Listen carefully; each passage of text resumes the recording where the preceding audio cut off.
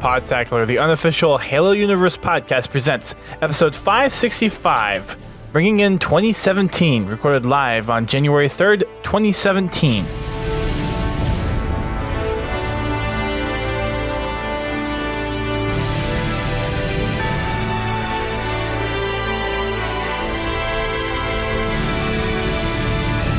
Hello everyone, welcome to Podtacular, the unofficial Halo Universe podcast. I am your host, Duststorm.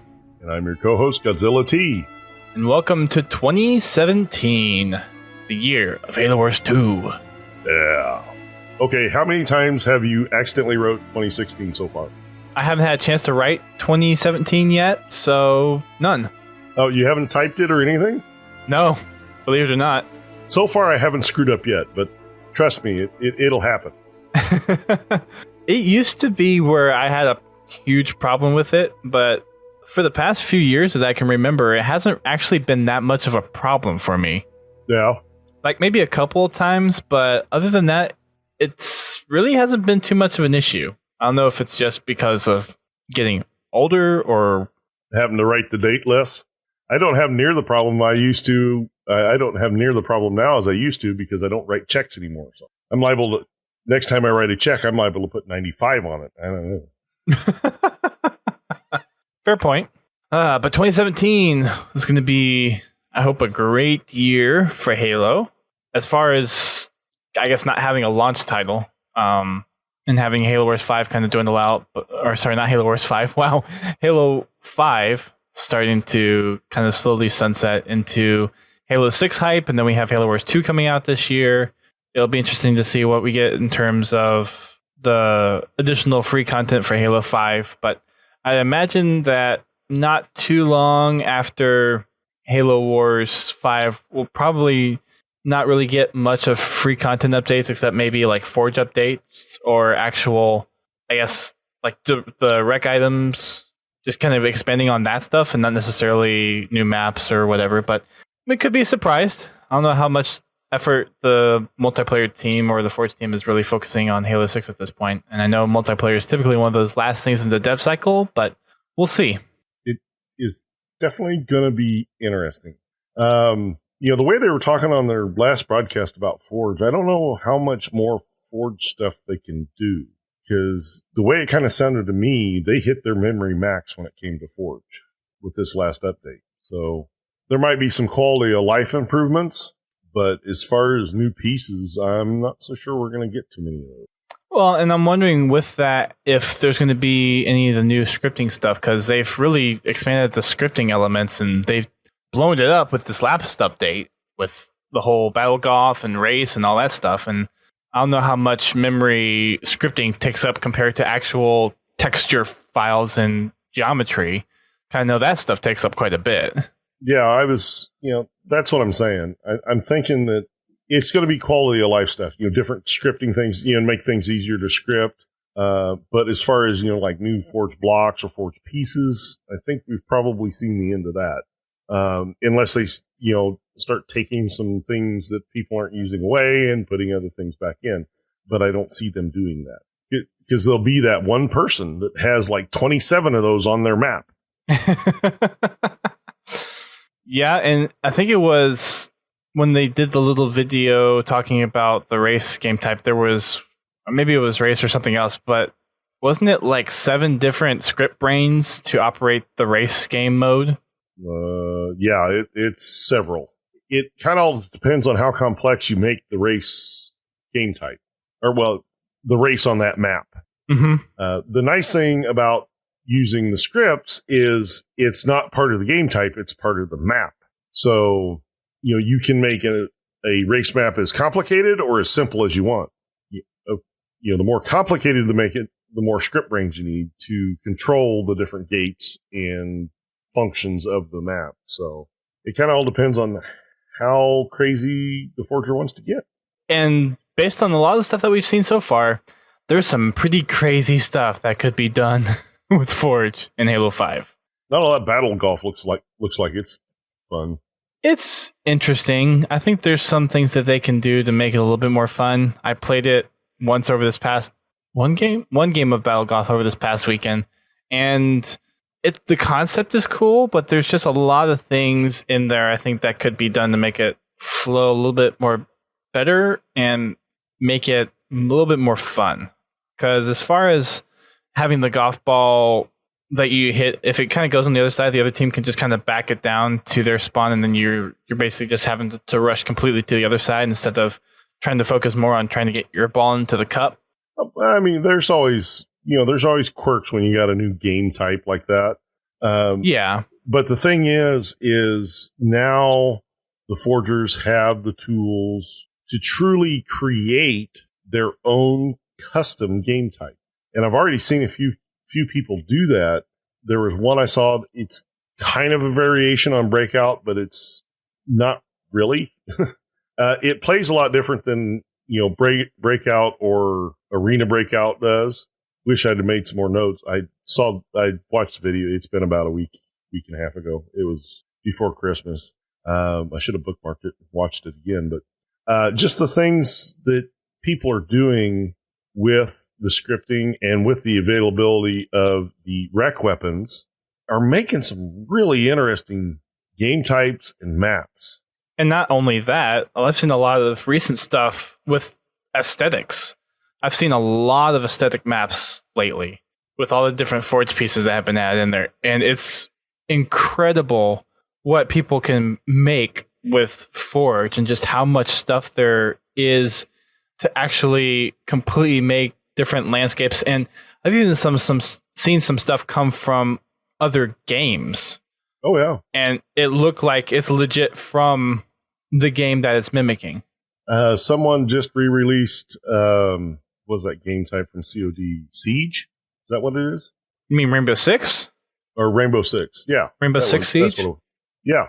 Somebody just redid that in Halo 5, and I watched some gameplay of that, and that looks pretty good.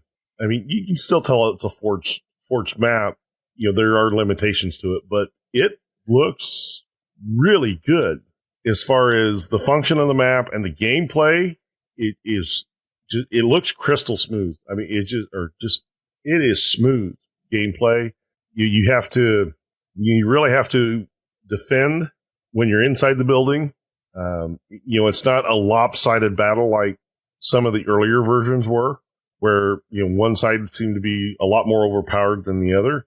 It seemed to be really balanced, and, it worked. It worked just the way it was supposed to. That's crazy. Instead of pieces just disappearing like it did in Halo 4, you actually get rubble that falls. Because with the Halo 5 scripting engine, you can tell a piece to fall, not just vanish. It's so powerful. This Forge is ridiculously powerful, and there's nothing else like it in any other game, minus what you can possibly do in PC. But I think Forge even puts some PC tools to shame just from the scripting engine. I mean, the only thing that the PCs really have over the Halo 5 Forge, at least as far as the Halo map editors, is the control over the terrain. You can, in a PC version, you can reshape the map. You can put hills in, and, you can change the physical parameters of the map. Where in Forge, you have this kind of set boundary that you can build in.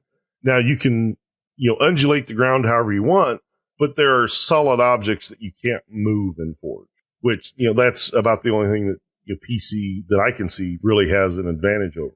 Where in a PC, you can create that entire landscape. You basically start with a white page and you fill everything in.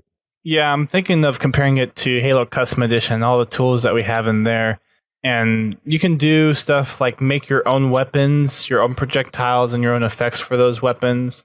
You can make your own maps from scratch, design the terrain, the layout of the map. So aside from those two big things, there's almost nothing that you can't do in Forge.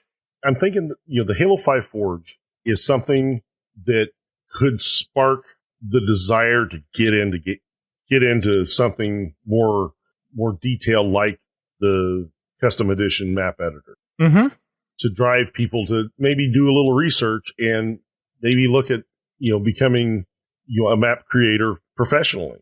I know a lot of these forgers that I see, if they had the computer skills, which, I don't know if they have the computer skills or not, but if they had the computer skills to do that, they could design some killer multiplayer maps. Yeah, easily. Just look at all the stuff that the community cartographers helped out with on the big team maps that came out, and just the massive support for Forge that has been constantly been delivered by the team at 343. Yeah, now that these forgers have had the mode for, I guess it'd be a year now, wouldn't it? Yeah. A little over a year. Yeah. They have the forging quality it's gone up and up and up, and there are forge maps that I will put side by side with a dev map and challenge you to tell which one's which. Yeah. Forge has gotten that good. And that's something I didn't ever think we'd get out of Forge, especially after Reach. But anyway, all the gray templates. Right. Every map in Reach was gray. It didn't matter what you built, it was gray. As far as versatility, Halo Reach had a really versatile Forge. It had a lot of good tools in it. It just had a lack of pieces. And color. Yeah. Well, yeah, pieces and color.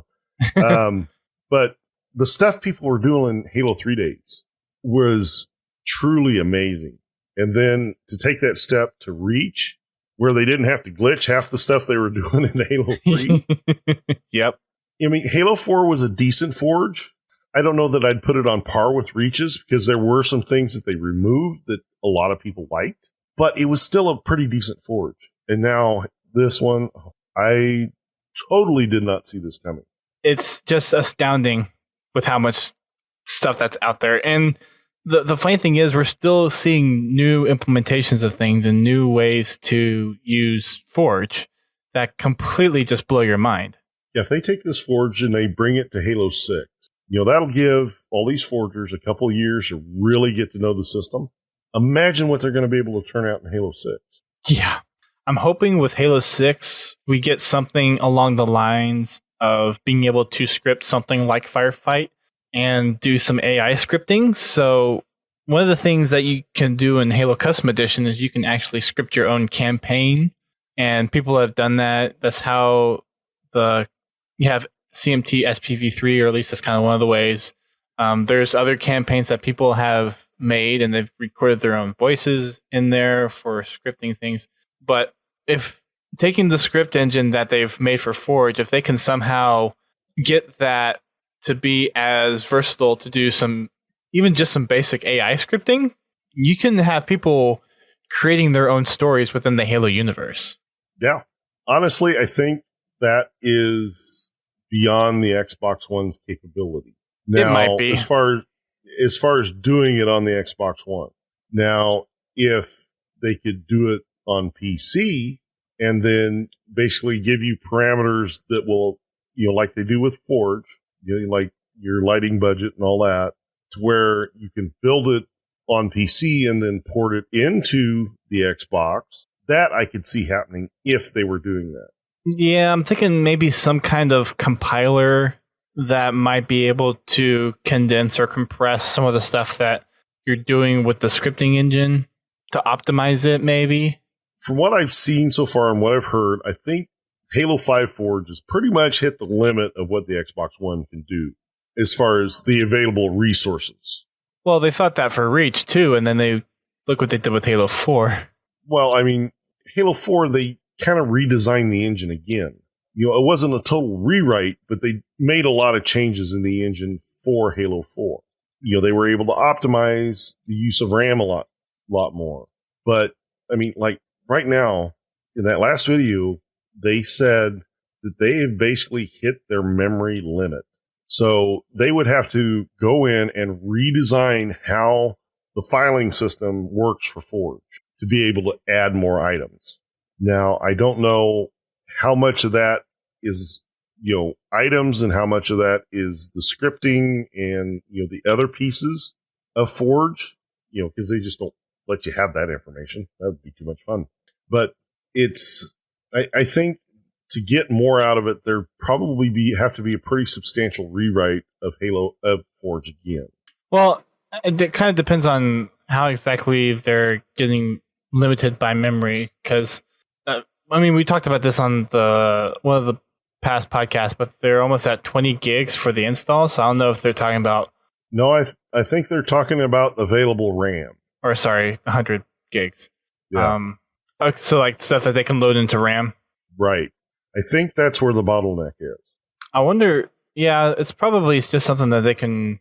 Given that they did a pretty massive overhaul for the multiplayer engine in Halo 5 Guardians compared to the past Halos, I would imagine that they would probably be able to do some rewrite in order to add some more stuff in, because I hope that 343 is having the mindset right now of porting as much of, or at least a very similar set of the existing forgeable content that's currently in the Forge system for Halo 6 as we do right now, because I think people are going to kind of expect that same level of... Well, definitely for Halo 6, we need what we have now at launch. For Halo 6, that really needs to happen. We need to have what we have now, plus any new additions that they want to make to the game. The Forge on launch day needs to be there. All the game types need to be there, or at least be able to be built in Forge or in game settings or something like that. You don't have to actually have, King of the Hill in the gameplay presets, but you need to be able to at least set the game type up. With what they're doing with Forge, it's a lot of the stuff, the game type is not necessarily a separate thing anymore. It's the game type is set by the map, because, like race, all the race elements are scripting elements. About the only thing the game type does is spawn you in on a mongoose or in a ghost or warthog. It doesn't really control the game like it did before. In the older Halos, the race game type, the actual game type is what spawned the gates and what gave them a sequence, or what, at least that's how it followed the sequence. You assign the sequence in Forge, but that was about the limit to what Forge did. You placed the gate, you told it what sequence number it was, and the game type took care of the rest. Well, now you have to actually build the game type in the Forge map. Hence the reason you got 14 script brains for the version of King of the Hill they showed, or 7 or 8, whatever it was. I don't remember. It was a lot of script brains. And the more complicated you make it, stuff like that. It's one of the things too that it goes back to one of the things that we felt was very lacking when Halo 5 launched, and that was game modes. Mm-hmm. And I understand leaving it up to the community to really come up with some new clever game modes, which we have, which is awesome. But at the same time, for some of the classic game modes, that should be stuff that's natively supported, in my opinion, in the game, and have some officially supported game modes that are easy to mess around with regarding those specific modes, and then have a little bit more generic stuff in Forge. Well, see, that they're taking that the opposite. The multiplayer stuff is the more generic stuff, and the Forge is the more creative stuff. They are giving the Forgers the ability to do what they want with the map that they're building and make it run the way the Forger wants it to. They're removing boundaries for the Forgers, which is great. The problem with that is if you want to do a multiplayer or a match-made King of the Hill game type, you can't just build a map and place hill points down. You've got to go in and script the map to work with King of the Hill. Yeah, and I feel like there's some of those game modes, though, that should just be natively in there to where someone that isn't maybe as talented with Forge can go in and do that kind of stuff with some basic knowledge of it without having to dig into massive scripting and know how that works on an intimate level, and really just kind of go and make a fun experience. Because look at Forge that we've had with Halo 3, Halo Reach, and Halo 4. Like, you look at King of the Hill, that's not that hard to do. You can take any kind of base layer map and add a couple of things in Forge and then put the hills wherever you want, and you got your King of the Hill. But in Halo 5, it's a whole lot more complex in order to get something that has in the past been a very simple game mode. In other words, this is a perfect example of be careful what you ask for because you just might get it. This is true. I mean, the forging community has been screaming for this forge ever since they got it. True. I mean, not everybody out there is an expert forger. I've got in and played with it, but Halo 5, I think I've spent a total of, I played the tutorial on the PC. I think it's pretty much my extent of time in Forge. Granted, Forge has never been my thing. I've never really forged. I mean, I've gone in and edited a few maps to make them work a little bit better because, the version was glitched or something like that. Corrected the placement of a rock or of a plate or something that, just caused in a race map to cause the mongoose to shoot off in some weird direction. I've done things like that, but I've never really built a map. And in Reach, I'd go in and I'd play with it and, would get friends together and we all go into Forge and, we'd slap each other with tanks or, get the grid out and launch people across the map or things like that. But did we actually ever build anything? No. We just were finding inventive ways of killing each other. Very true. But that was one of the fun things of that Forge was seeing all the different glitches that you could do in Reach. And the nice thing is the honest to God truth is you can still do that in Forge. I mean, some of the stuff that worked in the older Forges doesn't work as well as it did. The tank launch, the spinning tank launch doesn't work as good as it did, but you can still do it. There's things like that you can still do in Forge. But when you get down to the serious business of actually building a map, it is a lot more complicated to use. There's a lot more things you have to think of when you're building a map. Beyond just the aesthetics and the movement through the map. You really have to think about, okay, I'm building this map. What is the game that I want to play on this map? What do I want to happen when players enter this arena? And that's where the scripting comes in. I mean, you can still go in and build a simple Slayer map, and that's pretty straightforward. There's no real scripting in it. Things like that, or a breakout map, or a big team map. It's just when you start getting into the more exotic game types like race or King of the Hill, things get a lot more complicated because not only do you have to build the map, you kind of have to build the game type too. The nice thing is with the prefab share, you can go on to Waypoint or the custom game browser and find the prefab for the script brains. And then all you have to do is set down the waypoints and assign them properly to the script brains. So, a lot of the hard work the forgers have already done, for the simple game types. Yeah. Teabag for Halo in the chat says he has a great idea for Frackin' Fridays. Your Forge custom maps. It's crossed my mind a couple of times. Get 16 people in Forge and say, okay, kill each other. Let's have fun. Free for all. Yes. We'll play it until the map starts to lag out, and then we'll stop and start again. Because all the stuff's spawning. Yeah. But to your point, Forge has just been incredible, and it's been expanded to such a state where the serious forgers do have a lot of the tools at their disposal to do a lot of the stuff that they've wanted to do for a very long time. And while I'm sitting here complaining about how complex the system is, it does kind of give some creative freedom to the forgers to do whatever they want to do with their game modes and maps. Yeah, unfortunately, this is one of those systems. It's really hard to make everything accessible to everybody. I mean, there are ways around it, and the forgers out there, they are doing wonderful jobs with prefabs and things like that, where you can lay the base foundation of a map, and you could go into and search through prefabs and find custom built pieces to put on your map. I mean, if you want to put a scarab on your map, there's 4 or 5 of them already up there in prefabs.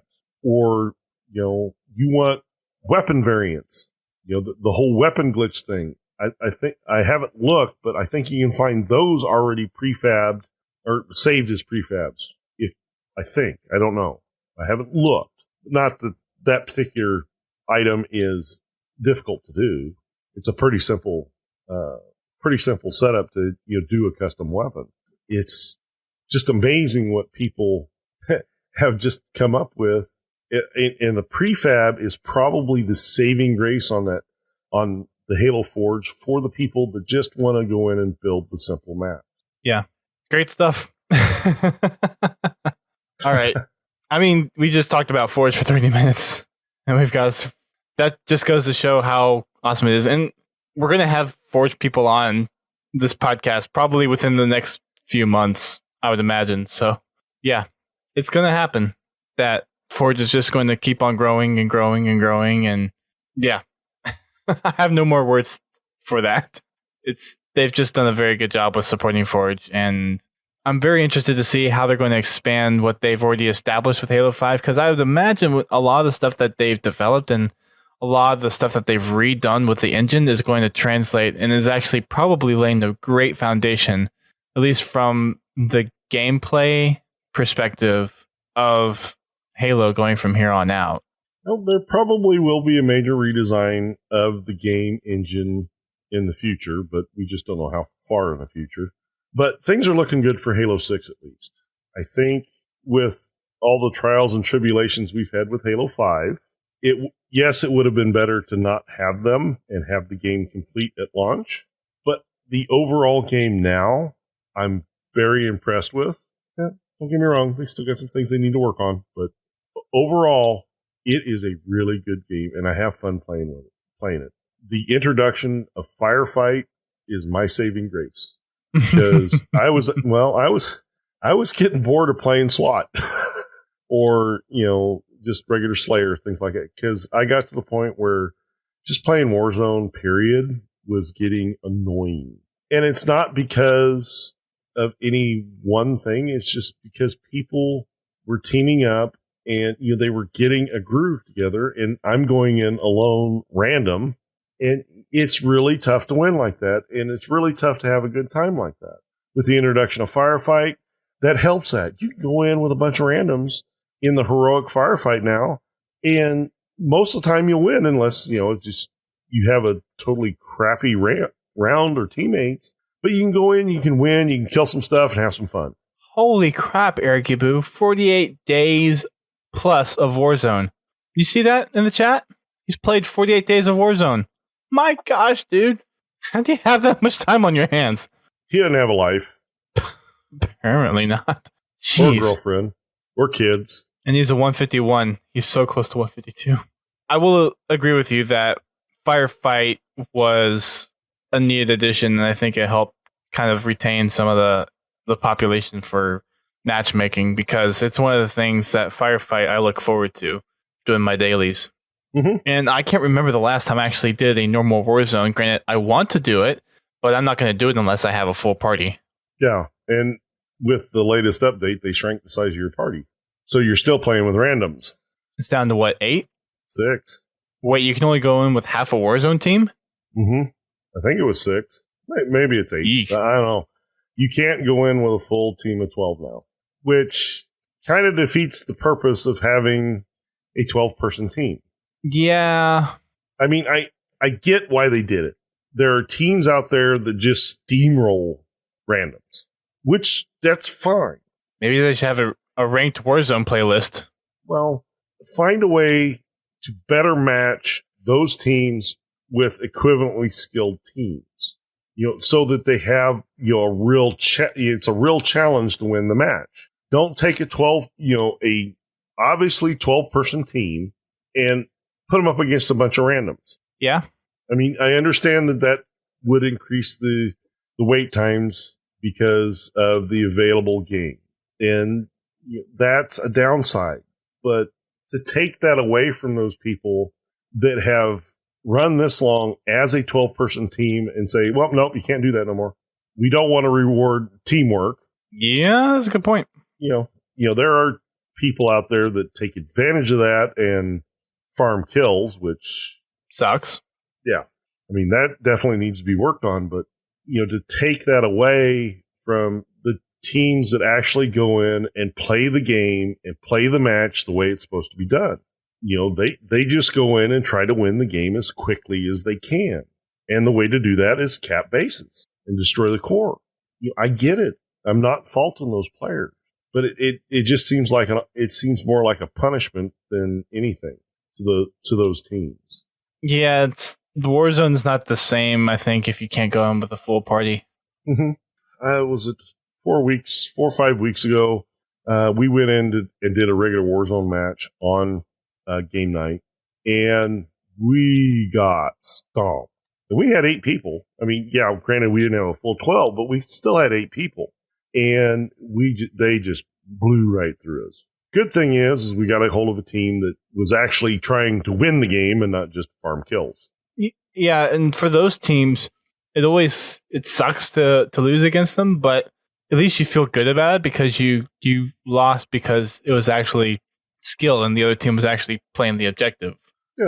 Yeah, I don't mind getting beat when the other team is obviously, they're coordinated and they just play the game better. That I don't have a problem with. I have a problem when they, what's the word? Can't think of the word. Anyway, I don't like it when they take advantage of that just to try to farm kills or to demean the other team. Yeah, just to harass. That, I definitely don't approve of. But, if a team comes through and just blows through me in a Warzone match, I don't have a problem with that. It's frustrating as heck, but I don't fault them because they're just playing the game the way it's supposed to be played. There's 2 ways to play Warzone. You can kill the enemies to win, or you can cap bases and destroy the core to win. Something they could do is maybe make it a little bit more difficult to cap all 3 bases. When one team has 2 bases, that third base gets extra defenses or something. Or the opposing team players get extra health while they're in the base or near the base or something like that. I'm not an expert at game design, but, that could help maybe make the other teams not try to rush through the game so fast and actually win it on points instead of just blowing right through and blowing up the core. Yeah, I mean, there's a whole bunch of different ways to possibly solve it, but again, that's one possibility instead of just limiting the size of the fire team. Yeah, it's a hard solution to come up with. Is what I suggest practical? I haven't got a clue. I am not a game designer. And sometimes there just isn't a solution to fix it. Sometimes that's just the nature of the beast. And yeah, Teabag, I was thinking the same thing, kind of like Dominion from Halo 4, of having a base kind of defend itself after it's like in a threatening state or whatever. Yeah, but I think they need to beef up the defenses a little bit. Those Dominion defenses weren't exactly hard to get around. Yeah. I just thought of this now. If people wanted to have the other team destroy the core, you could just have your whole team stand in front of the core, and that way it's going to get splash damage no matter what. We could probably go on for hours. Yeah. Have different ways to do that. But, it's a matter of how practical is what we suggest. We don't have the tools to test that theory, test out our theory, because that's all they are. They're just theory. And it's the same thing with any YouTuber out there that expresses their opinion. It's a theory. Yep. It sounds practical, but we don't have access to the game code. We can't make the changes and test it out. Where 343 can. They can try out multiple things and see which situation fits the best. It may not be the community's favorite pick, but we just got to go with what they give us. I'm just sorry that it affected a pretty substantial portion of the Warzone, of the people that play Warzone. Yeah, I bet a lot of the population of Warzone is now Firefight. I know I don't have any problems finding games. Neither do I. Firefight's fun. Firefight's a lot of fun. I rarely, when Firefight first launched, for probably about the first month and a half, at least twice, once to twice a night, I'd get put in mid-game. I don't have that problem anymore. I occasionally, I'll get put in mid-game. That's maybe once a week. once or twice a week, not every day. It seems like I'm always starting with a fresh game. Got it. And I got to tell you, I love the Gunfighter Magnum. I haven't used it too much. I know it looks sick, but I haven't actually used it too much yet. Oh, I love that thing. The only problem with it is you burn through ammo really quick because it will fire as fast as you can pull the trigger. That's awesome. How deep is the clip?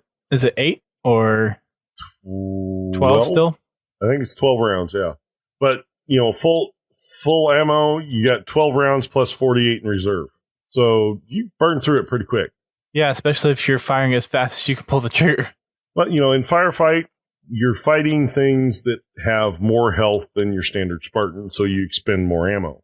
You can expend half to 3/4 of a clip on one soldier.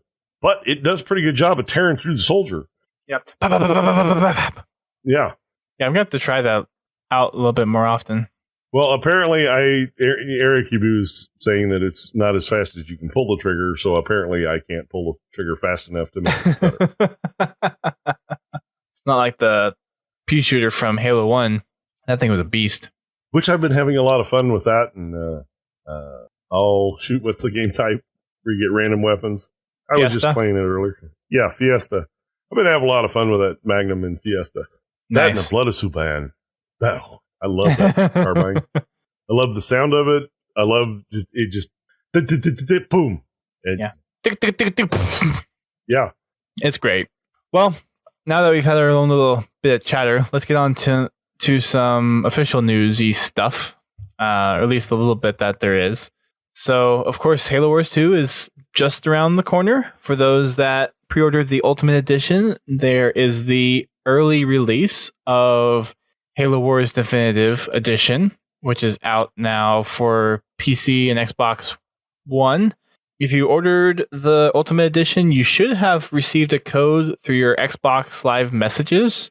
I know I've seen some tweets with people still haven't been receiving their codes yet, but they have been going out. I got mine. When did I get mine? I got mine on the 20th of December. When did you get yours? Okay. Yeah, I think they're kind of going, by the time that people pre-ordered, the first people to pre-order got their codes and they're just working their way down the list, from the time that you pre-ordered it. So, if you didn't pre-order it until like the 1st of December, it might be another week before you see it. I think they were saying 10 to 14 days to process it and get the code out to you. So, yeah, I've played one skirmish match on it because I wanted to get in there and kind of play with the PC controls and see how I liked it. Because I love playing it with a controller because it just fits the controller really well. But I wanted to try out PC controls. I have by no means mastered them yet, but I like it. It feels good.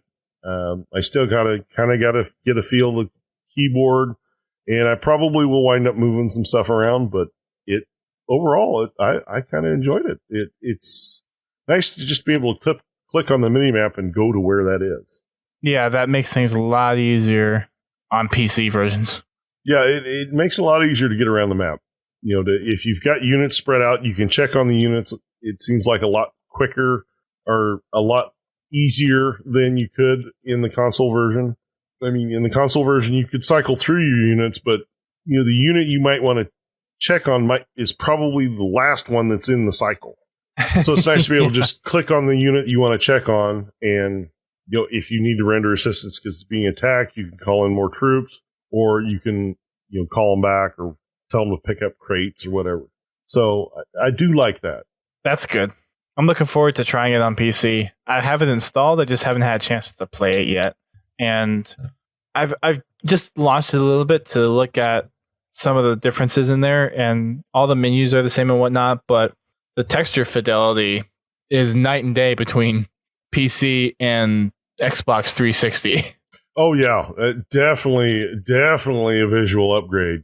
I don't have a 4K screen, so I have to do plain old 1080p.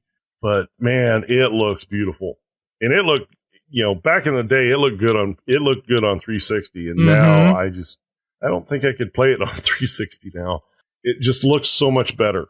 I haven't really noticed too much of a difference in cutscenes. Granted, I haven't watched really many cutscenes yet, but just the gameplay fidelity, the texture fidelity and the gameplay is that much better.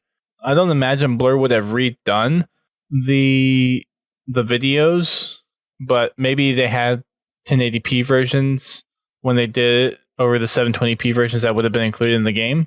Well, yeah, the video masters are going to be a much higher quality than what we actually saw.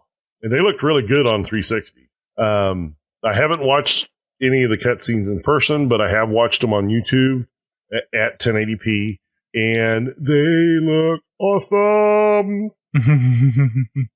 It'll be really good. It would be really nice to compare them side by side, just to see the difference, because I got 3 monitors here, and 2 of them are identical monitors. They're set up exactly the same.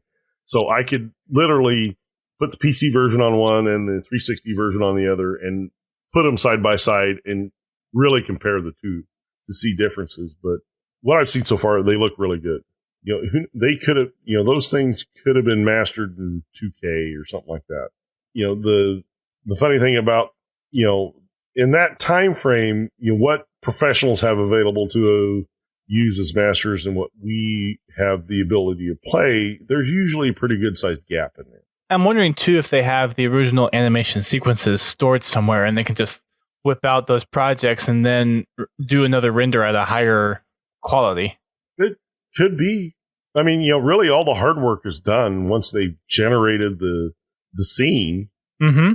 As far as, rendering it to a higher quality, they probably just pull the file out, click render, and there you go. Pick their settings and away they go. Because, I mean, supposedly the definitive edition is supposed to be able to support 4K. So I would imagine that's cutscenes too. I would imagine so, yeah. I can't test that. But if anybody wants to test it and report back, feel free. So I might be buying a 4K TV here soon. So we'll see. Maybe. But if anyone has a 4K monitor or TV and is playing it, let us know the difference. You going to get yourself a Titan X too to run that? Probably not. I think my 970 will do just fine.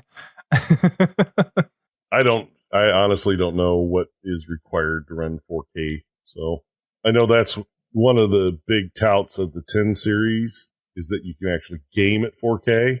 But, I don't know how far back that stretches. So who knows? So in some other official news, they have a discount going for the gold packs that you can buy in Halo 5. So you can't exactly buy these through the Microsoft store, but if you go on through the Xbox store, either through the Xbox app or the Xbox console, you can get them.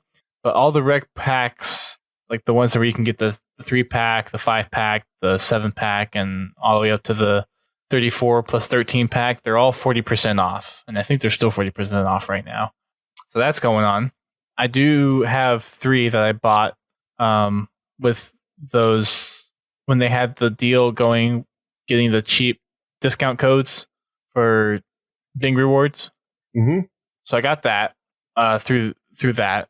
So I have a few to gift away at some point. I'm not sure how I'm going to gift them away, but I have 3 in my pocket ready to gift away to however I decide to end up doing that. Ooh. Yeah. 3 gold packs. Yeah. And I need to give a quick shout out to folks that have sent me gold packs already. I've had 6 different people send me gold packs. First one being Mech Warrior 488, then Major Overkill 9, Spartan TM, Ace of Spades cards, Dennis KJ, and then Unishek gave me one today. So thanks everyone for sending me some gold packs. This helped me get closer to getting everything unlocked. I got all my silvers done for this latest Monitor's Bounty update. So I opened up all my golds today. Yeah, I pretty much had all my silvers done the day it launched. Nice. I've never had a problem unlocking silvers. It's the gold ones that I have trouble with. And on that note, I did get one more gold pack gifted to me by Sliders 105. Nice. I'd like to thank her. I appreciate it very much. I did do a rec pack opening where I opened all my gifted packs and some other packs. It's up on my channel if you want to take a look. It's you can find me on YouTube at Godzilla Todd, and it's my weekly hunt for junk. Stay tuned to the Podtacular Twitter, and Dust usually retweets it. Yeah, I try to whenever I see it. Doesn't mean he goes watches it, but he tweets it. So the last one I saw was 21. I think you have 2 since then, right? No. Oh, 22. 22 is the latest one. Okay. If I remember correctly. So I'm close. You're close. Yeah. But yeah, go check out his Hunt for Junk. It's really cool. He gets to go through and open all of his stuff. He's kept up more than some other YouTubers that started out doing that and have drifted off of that. Won't name any names there. Well, it's a fun little thing I do. They're quick little videos to make. Most of them are, I think the max is about 12 minutes. I do all my packs come either by earning them in game or purchasing them with rec points, with the exception of specialty packs, like the Voices of Warzone pack, or some of the different update packs that they've released. Then like the team packs. Yeah, I don't really open the team packs like for CLG or anything like that because you can't unlock the stuff. It just you're subject to random generation there. But because I really don't follow esports, so that I don't do. But a lot of the specialty packs I will buy and open up to show you guys what you really get in them. I try to get the videos out every couple of weeks. Some weeks I have more time to grind the rec points than others. Currently, my spare time is occupied by a motor, so I don't have any spare time right at the moment. But I did get a couple out over the Christmas holiday, so I was able to sit down and play. Nice. And I wanted to make sure I got those gift packs opened at least relatively close to Christmas. Oh yeah, that was a pretty cool idea. Yeah. Thank you very much for everybody that has given us rec packs. We appreciate it very much. Yeah, likewise from me. I appreciate everyone that sent me one. And hopefully we'll get to see some more for our GT's videos. If you guys continue to send them in, we greatly appreciate them. Definitely not needed, but definitely appreciate it if you do. Some other news. The latest update to the Action Sack playlist is Snowball Fight, which is stickies only. So that just came out today. I actually tried to play a couple of games of Action Sack before the podcast tonight, hoping I would actually land one of the games, and I didn't get one of those games. Yeah, I think I did 3. I got a new Ghost Race map. That was interesting. I got this weird Grift Ball one. Really weird. It was low gravity and weird boosts, and you had to throw the ball through an opening that was constantly opening and closing. It was weird. Oh, yeah, I played that one. It's fun. Explosions everywhere. Oh, I'm really glad that they brought the Action Sack playlist back. It seems like it might be here to stay. I mean, it seems pretty close to being just a permanent playlist. I mean, they've moved it into the social playlists, and it's not a featured playlist, so I'd say it's here to stay. Good on them. We also have Skirmish at Dark Star is the Mythic Warzone Firefight, which those change over pretty much every Thursday, right? I believe so. So I haven't had a chance to... I still haven't played any Mythic Firefight yet, so I need to do that. I have. You think Warzone's frustrating? Nothing like grinding through a Mythic match only to lose in the last minute or last 30 seconds because one boss wipes out your entire team. Oh, no. And then you're all waiting to respawn? With like a sliver of health left. Oh, that's frustrating. That's got to be super frustrating. And Eric Yabu says it's Friday through Sunday. Okay. For the Mythic Warzone. Oh, so it's not up right now. It's a weekend playlist. Well, the arena ones used to be weekend playlists, and then they started just doing those, changing them over every Thursday. Yeah, well, I guess the Mythic is just a weekend playlist, a real weekend playlist. Okay, so I'm assuming the Mythic Warzone Firefight is something that they're planning on doing every weekend, if not every other weekend, and I guess they're doing a featured map every time they bring it back. Mm-hmm. Kind of what it sounds like. Yeah, you'll only play on the one map whenever you do Mythic. So, every time you play it, you will get the same map, but random bosses. Okay. And if you're going to play Mythic, don't even bother bringing out a Wasp. The regular Wasp? Any Wasp. Oh, really? Because they will tear you up. I had a Hannibal Wasp, I did it with a Hannibal and an Oni. The Oni did last longer with the Wheelman perk, but I didn't even make it. I don't even think I made it 2 minutes in the round before they just destroyed it. Dang. It is definitely Mythic difficulty. Everything you hate about Lasso except the Blind Skull. And that still sucks. Mm-hmm. Yeah. Okay. Not happening at the moment, but we'll see what happens for next week. So I guess we'll kind of just miss those for the podcast. Talk about the last week's. Yeah. Of course, I didn't play it last week. Neither did I. Oh, well. Well, you kind of had an excuse. Yeah, I was on vacation with my family. And it was all fun. In England. Yeah. Couple other things to wrap up official Halo stuff. For those that got Halo Wars originally, got the limited edition that had the steelbook, you would have remembered possibly that there was a little comic book that was included in it along with a Spirit of Fire kind of patch and a few other little dossier type of things.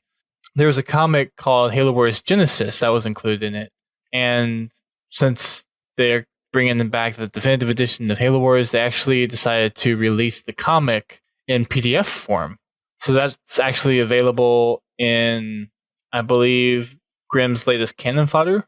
So you can actually go and download that entire comic book strip that was included in that limited edition of the original Halo Wars. So for all you Halo lore fans out there, go download it. And yes, Pens, I finished Halsey's journal. What? It's about time. Now, did you read any books that you actually needed to read? Well, I was kind of including that book as one of the books I needed to read. So what else did you read? It's something like The Art of Tidying Up or something. My roommate got it for me. So not a Halo book. Not a Halo book, no.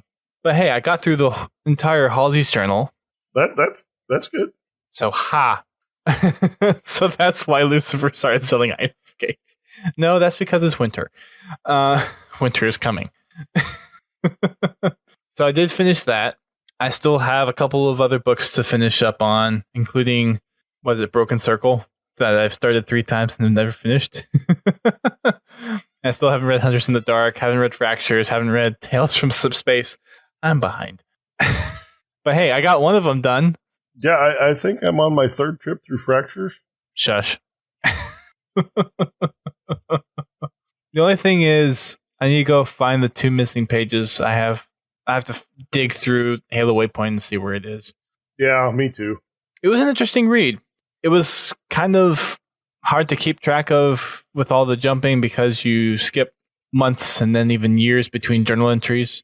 So it's kind of hard to keep track of sometimes. But it is interesting to see how a lot of stuff from the other books that we see and then some of the little tie-ins into the games just kind of get interconnected into this one book. So it is pretty interesting. Pens, I have no idea what that is. Halo and Philosophy Intellect Evolved. Are you joking? Are you pulling my chain? No, that pretty much sounds like a book they would have put out. I've never heard of it before, if it is a book. So I don't think it is one. Anyways, yes, Eric Ibu is from 2010. Oh gosh, he sent a link. Are you kidding me? Oh my gosh. That is a book. You get it on Kindle for $9.99. This doesn't look like an official book. Yeah, I don't think this is an official book. Publisher Open Court, yeah, it's not an official book. So no, Pins, I haven't read it, and I don't see it as required reading. But it is interesting to see that kind of thing done, kind of like an analysis on the philosophy of Halo, I guess is what it's kind of going for. That's pretty much it as far as official Halo news goes. I am going to a press event on Monday for Halo 2 or Halo Wars 2 multiplayer stuff, I believe. And they also have, I missed this, but I think this was the latest community update. Yeah, latest community update. They actually have the full list of Halo Wars Definitive Edition achievements, and it's 1500 gamer score. You see a lot of them are pretty much retooled from the original game.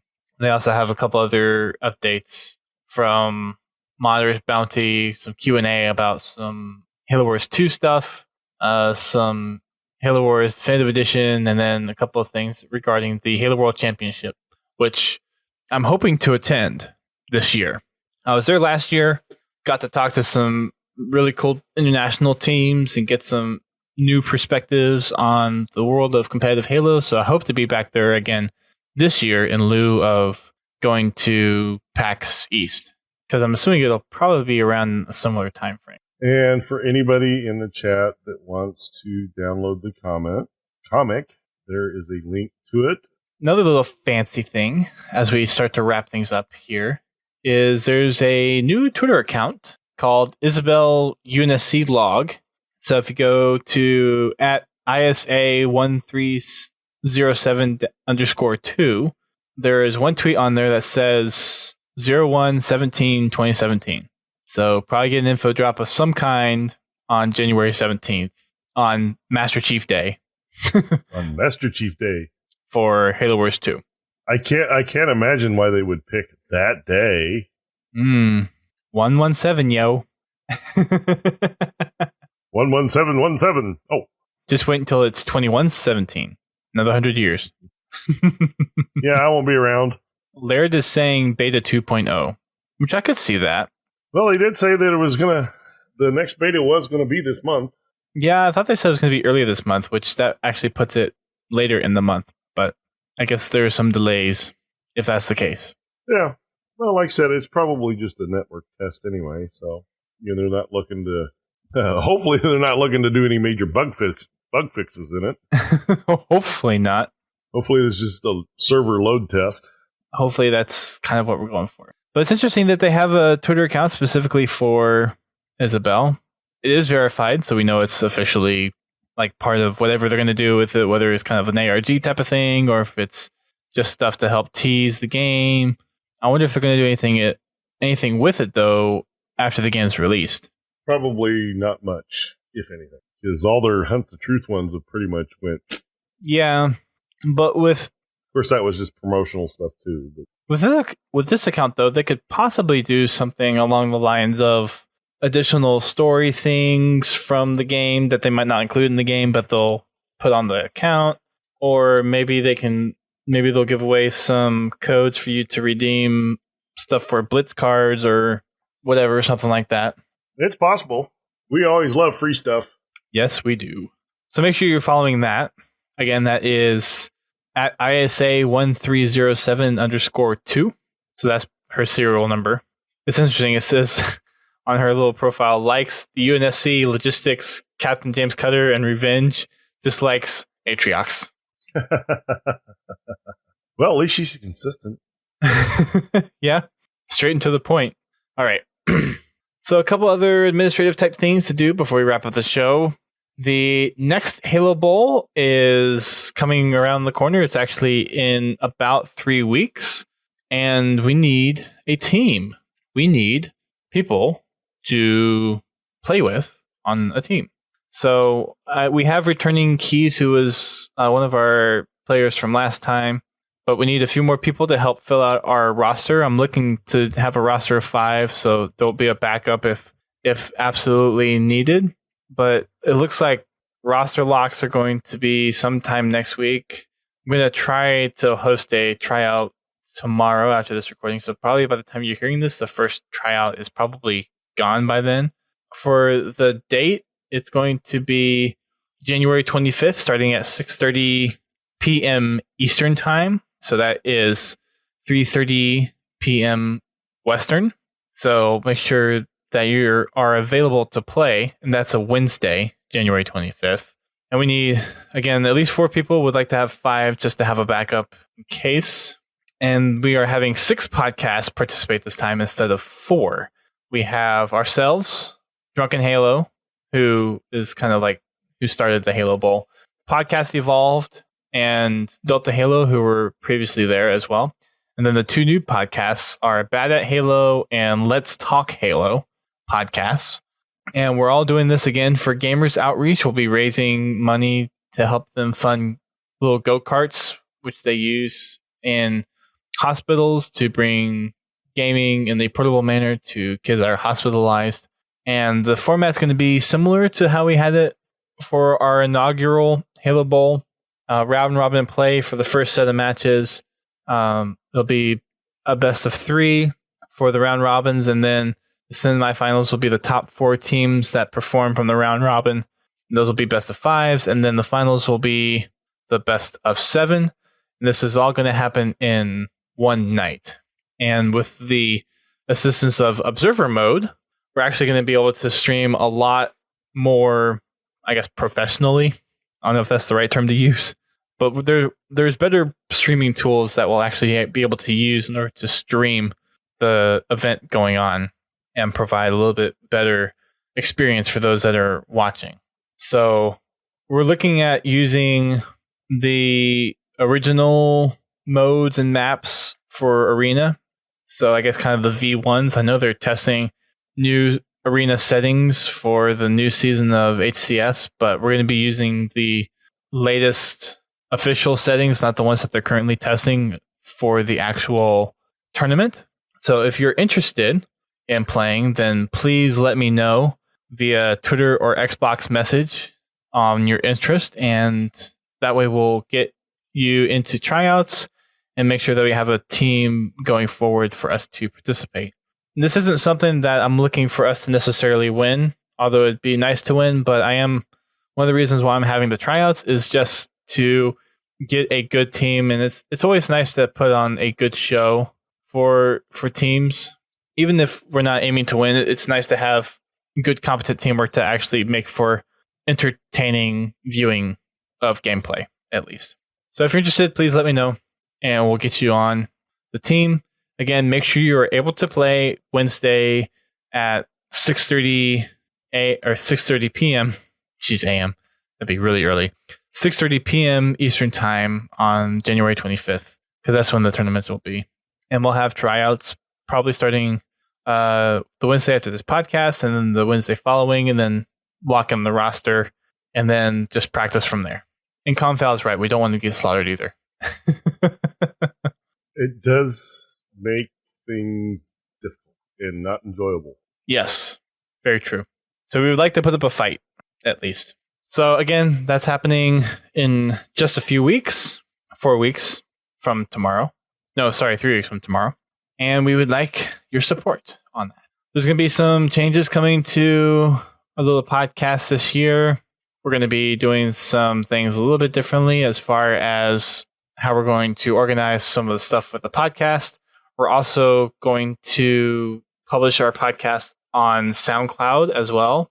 Give another option for people to download and listen to our show, and look at kind of changing up the format of the way we kind of do things with the show, and hopefully finally update our website theme, along with doing a few other things as well.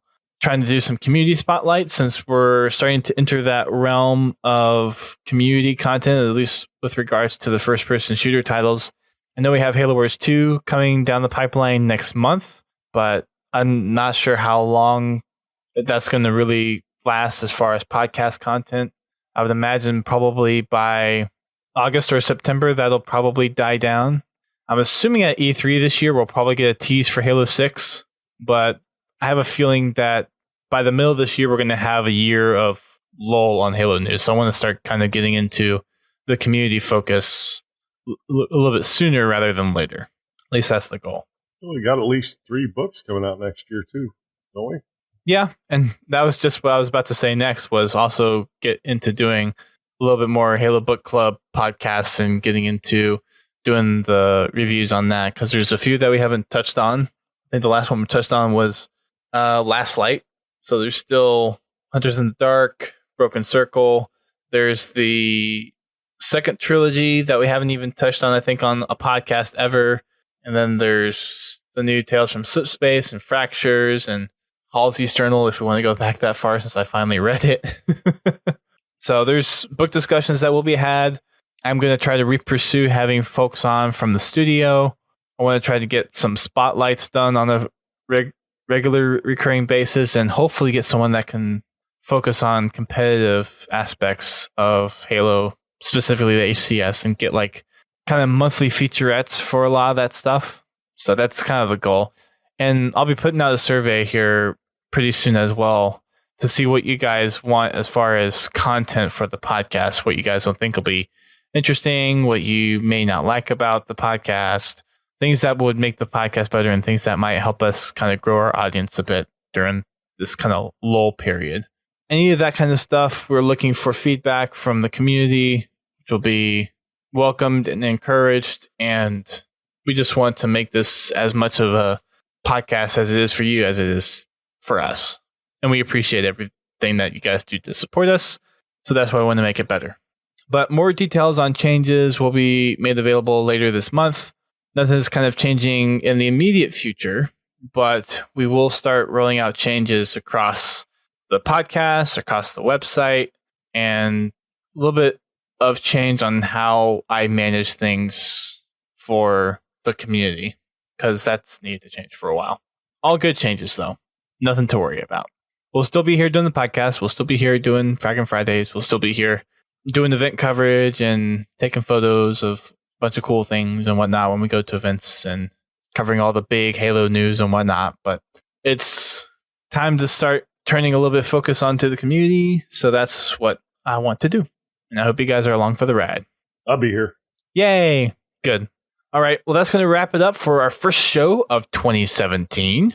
Thanks, everyone, for listening to us on Twitch, for those that joined us, and for everyone who downloads us via whatever podcast aggregator that you have, whether it be iTunes or Google Podcasts now, since we're officially on that, Zoom Podcasts, which I think I went through the appropriate steps to get it on there for sure, whatever it's Bing Podcast, Zoom Podcast. I guess it's Groove Podcast is technically what it is.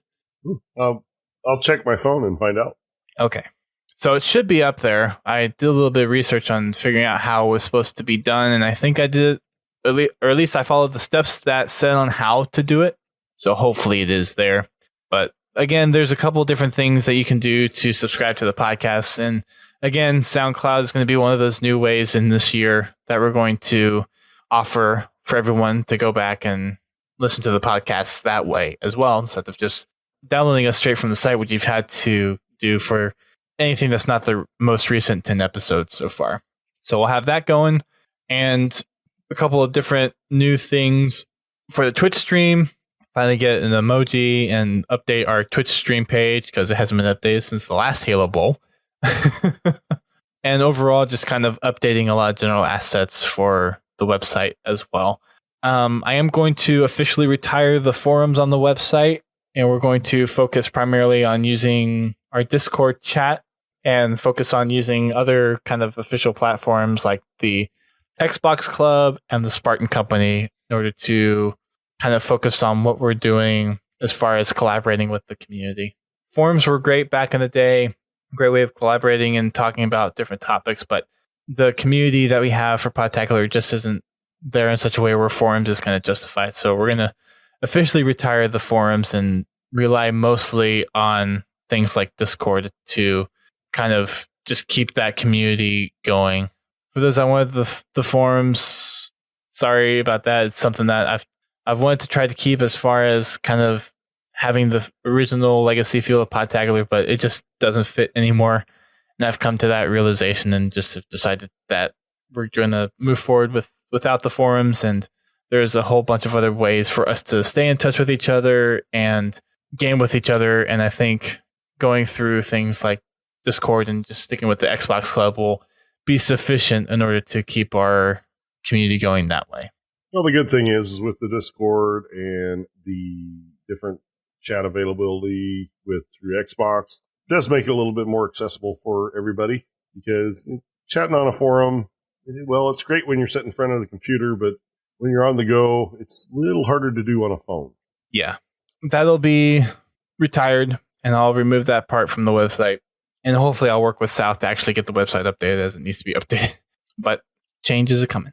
Make sure you check out our other social media platforms. We are on YouTube, Instagram, Twitter, Facebook. I already mentioned the Discord and Xbox clubs earlier as well. If we have it, if you go to podtacular.com/whatever it is, then you will find it there.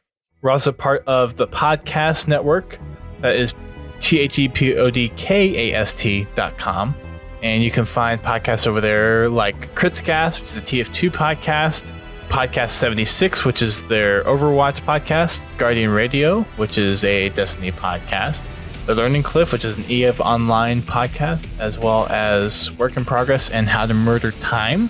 And I actually got to meet up with Aggro from Critscast when I was in London. So that was cool.